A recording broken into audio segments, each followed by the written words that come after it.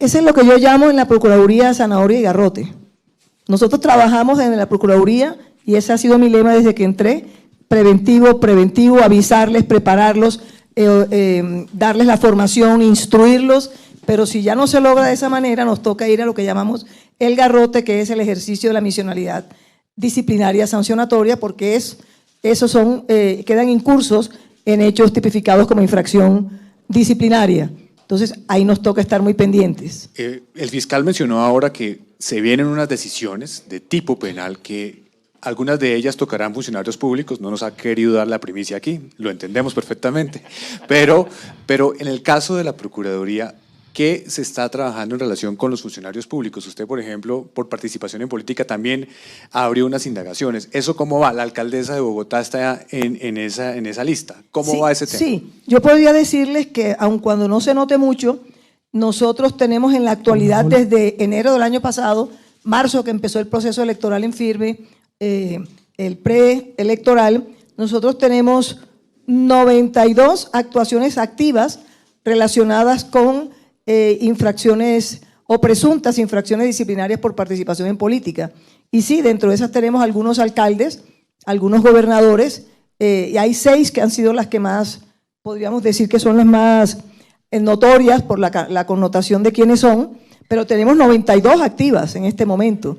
Podríamos hablar de exactamente la alcaldesa de Bogotá, el alcalde de Cartagena, el gobernador de Caquetá, y así tenemos algunos que ya vamos en etapa probatoria verificando la existencia o no de esa participación en política. Recordemos eso se puede resolver, perdón, procuradora, antes de finalizar las elecciones de aquí a una eventual segunda vuelta en junio. Podría ser siempre y cuando las certificaciones que necesitamos probatoriamente nos lleguen a tiempo, que es en la etapa en que estamos. Recuerden que la verificación de Twitter o de información por vía de redes implica la certificación y la verificación de la existencia real del Twitter o de la información tecnológica, la verificación de que quien habla sí es quien debe hablar, y eso implica un proceso probatorio que lamentablemente, como yo siempre he dicho, las investigaciones probatorias nuestras, así como la de la Fiscalía, no van a veces con la velocidad con que van los anuncios mediáticos. Nosotros necesitamos tener la certificación probatoria de los hechos, que son la sustentación básica del hecho, en mi caso, de que origina la infracción disciplinaria. Si tenemos eso, inmediatamente lo haremos. De hecho, ya estamos todos los días dictando pliegos de cargos, emitiendo sanciones, en todo lo que tiene que ver con el debate electoral y con otras acciones disciplinarias que no tienen que ver con el debate electoral, pero que tienen que anotarse independientemente de quién sea el funcionario. Ayer, por ejemplo, suspendimos por 8 meses a un alcalde de un municipio del Caquetá por unos actos de infracción disciplinaria que, independientemente del proceso electoral, nos toca asumir nuestra función, nuestro rol disciplinario y cumplir. Y así todos los días estamos emitiendo ese tipo de sanciones.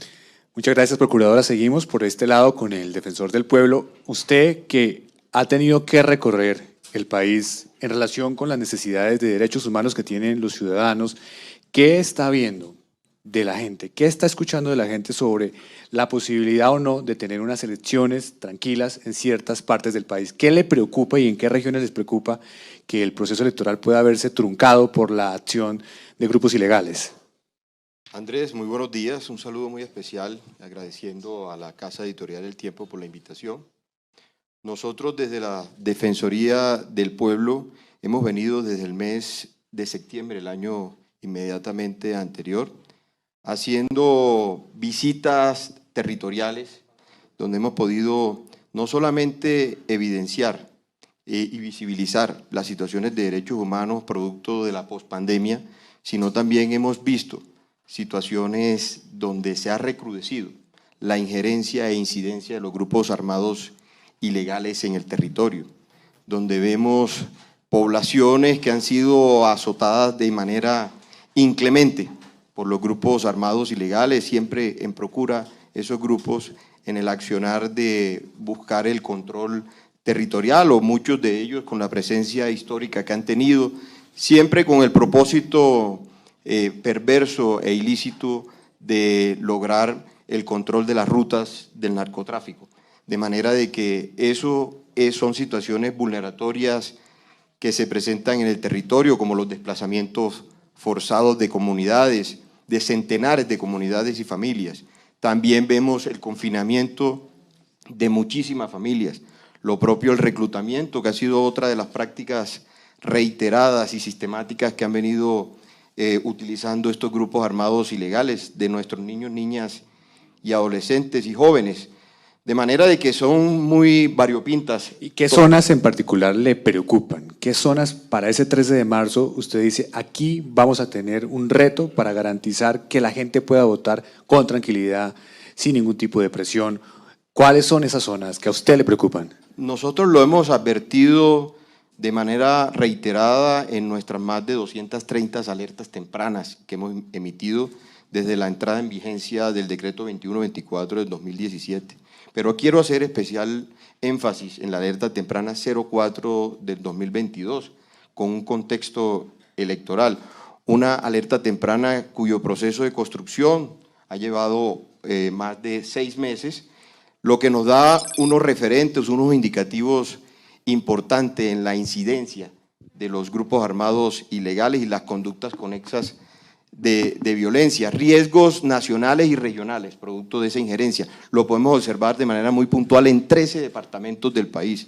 Lo observamos en el nororiente, en el departamento de Arauca, donde de los 7 municipios del que enmarca este departamento, 4 de ellos están en riesgo extremo en términos de injerencia de grupos armados ilegales. Lo propio en norte de Santander, donde observamos que de los 11 municipios, 8 de ellos están también en riesgo extremo, incluyendo el área metropolitana de Cúcuta y, por supuesto, los municipios de la subregión del Catatumbo. Encontramos también Antioquia, 7 de ellos también alertados. Encontramos Chocó, el sur de Bolívar, el Magdalena Medio. Vamos al suroccidente de Colombia, encontramos Valle del Cauca, Cauca, Nariño, y cerramos acá con el triángulo de Guaviare, Putumayo y Caquetá, de manera de que la situación es muy preocupante desde el punto de vista de la injerencia de grupos armados ilegales donde buscan tener incidencia en los procesos electorales. Y en esa incidencia que usted ha escuchado es evitar que voten o que voten por determinados candidatos bajo amenaza y bajo presión. Hemos recibido a través de nuestros canales de información, a través de nuestras 42 regionales, quejas, denuncias que en tiempo real hemos compartido a los órganos competentes para conocer dichas denuncias y quejas sobre presuntas vulneraciones del derecho a la participación política, así como también situaciones de amenazas, extorsiones, tanto de organizaciones de víctimas, organizaciones sociales, aspirantes, candidatos, así como también a ciudadanos y a integrantes de poblaciones determinadas. Gracias, defensor. Seguimos con el Contralor General. Contralor, bienvenido también. ¿Cuál es, desde su institución, el plan que se ha hecho para hacerle el control y hacerle todo el monitoreo al movimiento de recursos que por lo general en esta época del año, cuando hay elecciones, siempre es utilizado para desviarse hacia intereses electorales? ¿Cuál es el plan que se ha diseñado desde la Contraloría y qué han encontrado? Andrés, muchas gracias por la invitación la mañana de hoy. Quiero saludar especialmente a mis compañeros de panel, a la señora Procuradora General, al señor Fiscal, al señor Registrador y al señor Defensor del Pueblo. Pues recordemos que la Contraloría se ha venido especializando en tener información en línea y en tiempo real de la contratación del país. Por eso es importante, querido Andrés, que entendamos que no solamente en la etapa electoral, sino en todo momento, la Contraloría, por medio de la Dirección de Información, Análisis y Reacción Inmediata, con inteligencia artificial y analítica avanzada, se ha dispuesto a mirar más de 645.000 contratos al día de hoy en esta etapa preelectoral y electoral. Y hemos visto 14 departamentos que tienen preocupación para nosotros. Entre ellos, ustedes entenderán que el 40% de esta contratación se ha hecho por contratación directa. Estamos hablando que son más de 54 billones de pesos que al día de hoy se han contratado y que de eso, por ejemplo, solamente la ciudad de Bogotá tiene 22 billones de pesos en contratación. Vemos que el departamento de Antioquia tiene 3.8 billones de pesos en contratación en esta etapa electoral. Vemos también que el departamento de el Valle del Cauca 1.5 billones o Santander 1.8 billones de pesos. Y hemos encontrado cosas que nos preocupan, como que efectivamente el día antes de que entrara a la pandemia, la ley de garantías, pues una empresa solamente había obtenido contratos por 400.000 millones de pesos, solo una, ¿sí? Y no tenía… ¿En qué zona del país, Contralor? Y no tenía efectivamente los registros, los certificados de disponibilidad presupuestal de Colombia Compra Eficiente.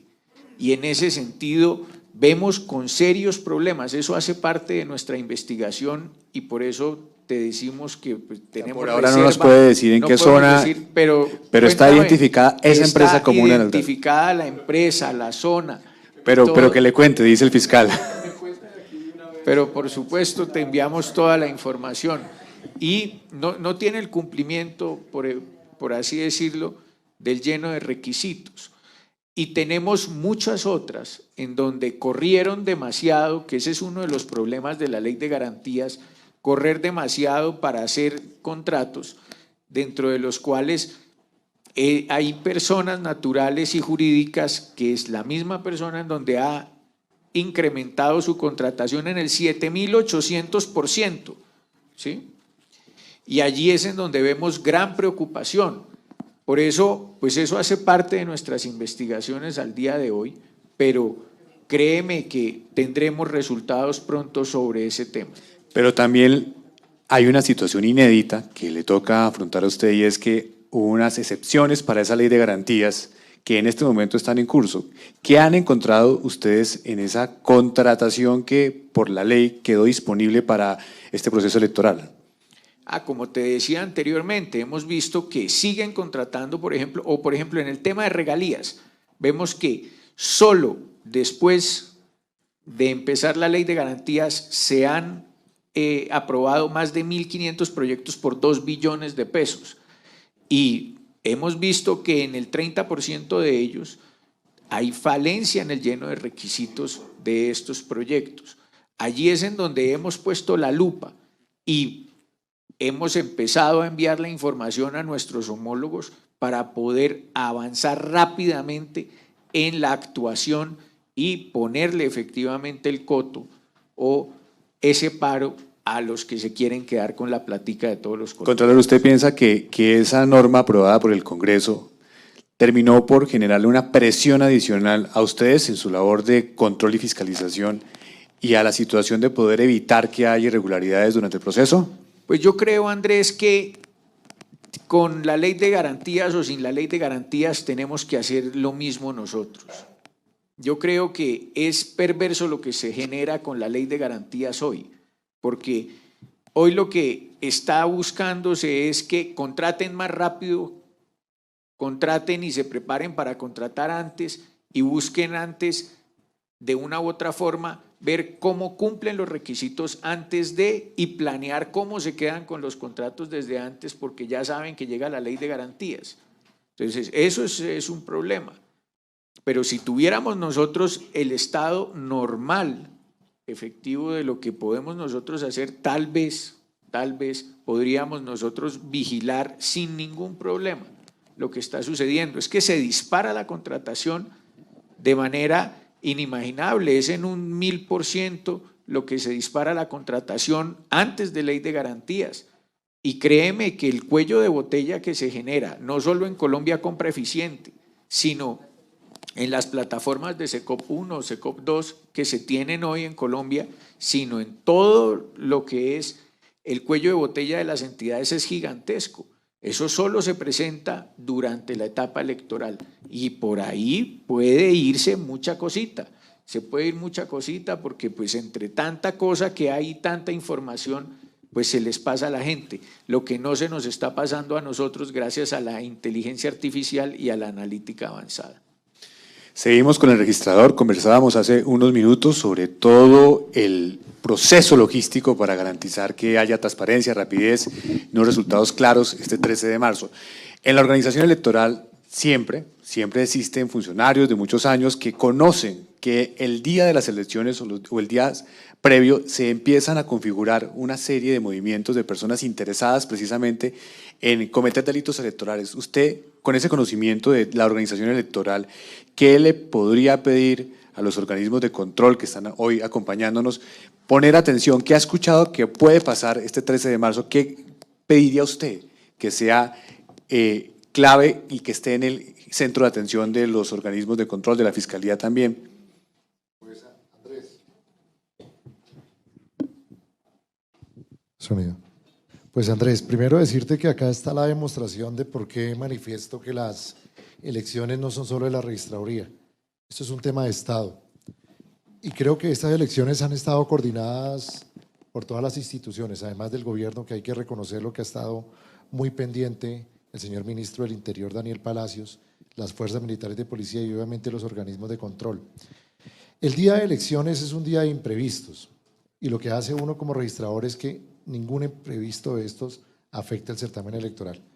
Hoy yo le puedo decir acá a los compañeros de panel, obviamente a la señora procuradora, al señor fiscal, al señor contralor y al señor defensor, que en ese trabajo que hemos hecho en las comisiones de seguimiento electoral durante ya casi 6 meses, hemos corregido todos los detalles.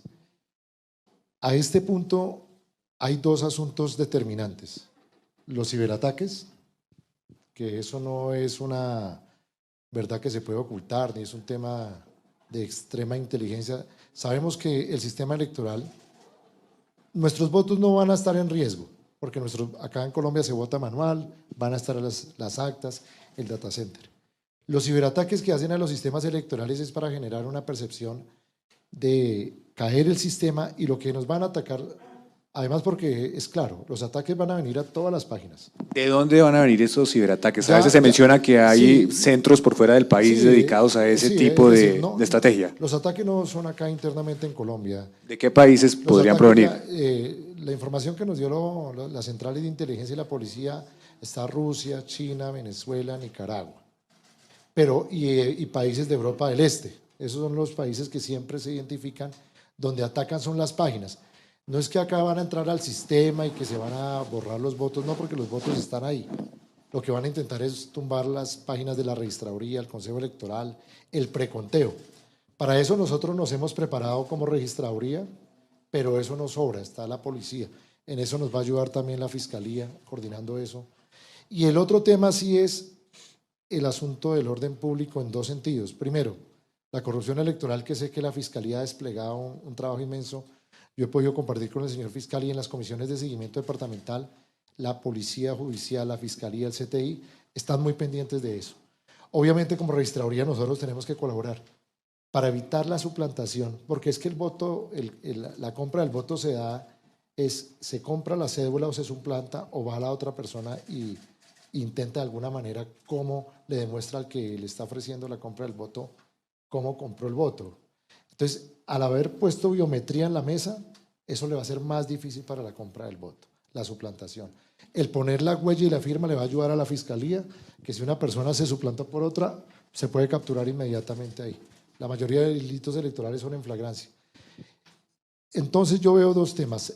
El ciberataque al sistema electoral, que ahí nos toca unirnos como Estado, y el tema de la corrupción ese día en la compra del voto. Pero sé que con la policía, la Fiscalía y lo que hemos trabajado con la Procuraduría y el gran trabajo que ha hecho la Defensoría del Pueblo, a mí me dicen ONGs que hay que cerrar puestos de votación. A mí me llegan a insinuar que hay que quitar mesas de votación. ¿Por qué? ¿Por problemas de seguridad? ¿Por denuncias de fraude? ¿Por qué? Hacen estudios basados en su información, obviamente respetable, pero yo no puedo como registrador nacional, ante el criterio de cualquier organización que me diga cierre puestos de votación y mesas, yo tengo que garantizar las 112.000 mesas. Y si tengo que basarme en alguien, me baso en la Fiscalía, en la Procuraduría, en la Defensoría del Pueblo, en la Contraloría y en los organismos del Estado y la seguridad está garantizada. Y obviamente hay mapas de riesgo electoral de municipios que me ha indicado el señor defensor. Las alertas tempranas es para prevenir y poner a disposición la policía, la organización electoral y la fiscalía para controlar eso. Pero las mesas van con una buena fortuna. Por primera vez en Colombia va a votar la ruralidad en el país. 12.000 mesas más en la ruralidad, colombianos que no votaban. Y si hay que hacer un llamado a los demás entes que me acompañan el día de hoy, el tema de ciberataque y el tema de la corrupción electoral ese día. Por lo demás, la logística está garantizada para que la gente vote en Colombia. Cerca de los 39 millones de ciudadanos que tenemos para votar.